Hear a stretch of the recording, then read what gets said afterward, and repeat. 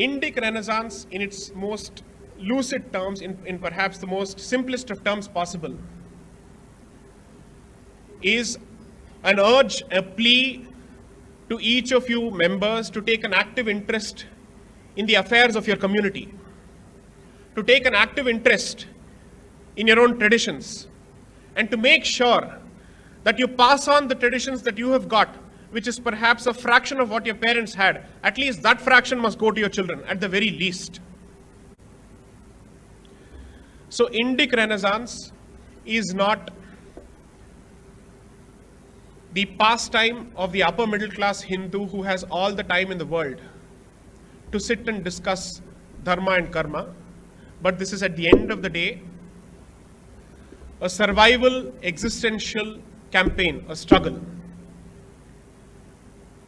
I went to Israel recently from October 13th to the 20th. And I've given this example before. Just give me a few minutes and I'll complete this. Think of the Israeli society as a society with concentric circles. At the core is the ultra-Orthodox Jewish community. The next ring is the Orthodox Jewish community. Then comes the conservative Jew. Imagine ultra-Orthodox, Orthodox, and then you have the conservative Jew. And then you have the secular Jew. And on the outer fringe is perhaps the atheists. But the one thing that I was surprised and astounded by is the shared sense of Jewish heritage and pride in Jewish heritage that each of these people have, regardless of which ring they are in. Can you say the same thing about a secular Hindu and a conservative Hindu as far as India is concerned? You will not be in a position to say this, because he is so far removed and his level of guilt is so high that he'll perhaps be the first person to spit on his own roots compared to the outsider, so to speak, or someone who's outside the faith.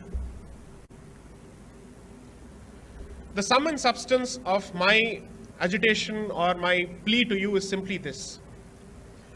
Do not treat any of these talks as pastimes. I am not here to deliver a Harikatha.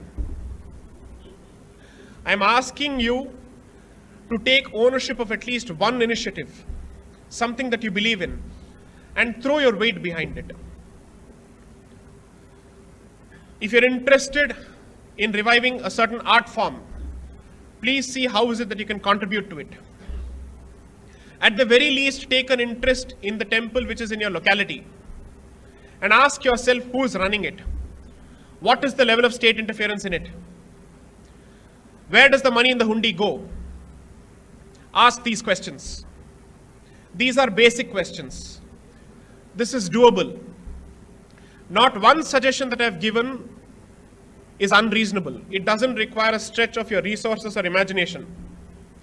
It only requires you to put your money where your mouth is. So the next time you choose to whine about dharma, or you choose to whine about your religion, or you choose to whine about how the Indian state is hypocritical or is discriminatory towards Hindus, just ask yourself, have you taken at least one step? Have you contributed at least one brick to changing the status quo? If you have done nothing, I must say this bluntly, you do not have the right to whine. Under Article 19 or Article 14 or Article 21 or any of the free speech rights, while you have the freedom to speak and the freedom to express, we have unfortunately translated it to freedom to whine endlessly. This has become the nature of our society. I am simply paraphrasing what Vivekananda has said. You do not have a right to seek individual salvation when the rest of your society is struggling. You have not arrived at a phase where each of you can start going towards salvation. Go to any number of ashrams, patronize any number of babas, no problem, but come back to the temple. Because no matter which Baba comes and which Baba goes, the temple has to remain, it shall remain, it is your responsibility to ensure that it remains for eternity. Put your faith in any number of people. I won't use this phrase called God-man because according to me that's wrong. No problem. But the source is the temple. The root is the temple. The Gangotri is the temple. All of them derive their knowledge only from the temple and from the knowledge that has come from the temple. So whether they attribute their knowledge and their success to the temple or not, at least you should know where they draw their knowledge from. So my request to you would be, perhaps one generation has to swallow this poison pill for the next generation to continue calling itself practitioners of the Sanatana Dharma.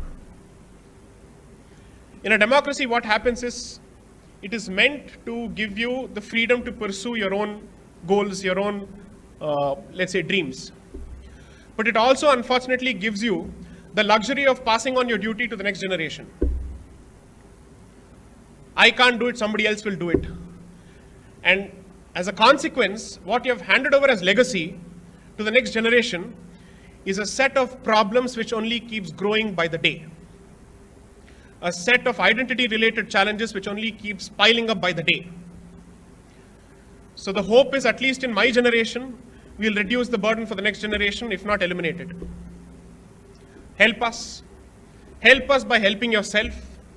Take an active interest in the people around you. I'm sure at the very least, you can influence 5 people in your circles. I'm not asking you to convert. I'm asking you to tell them what you stand for.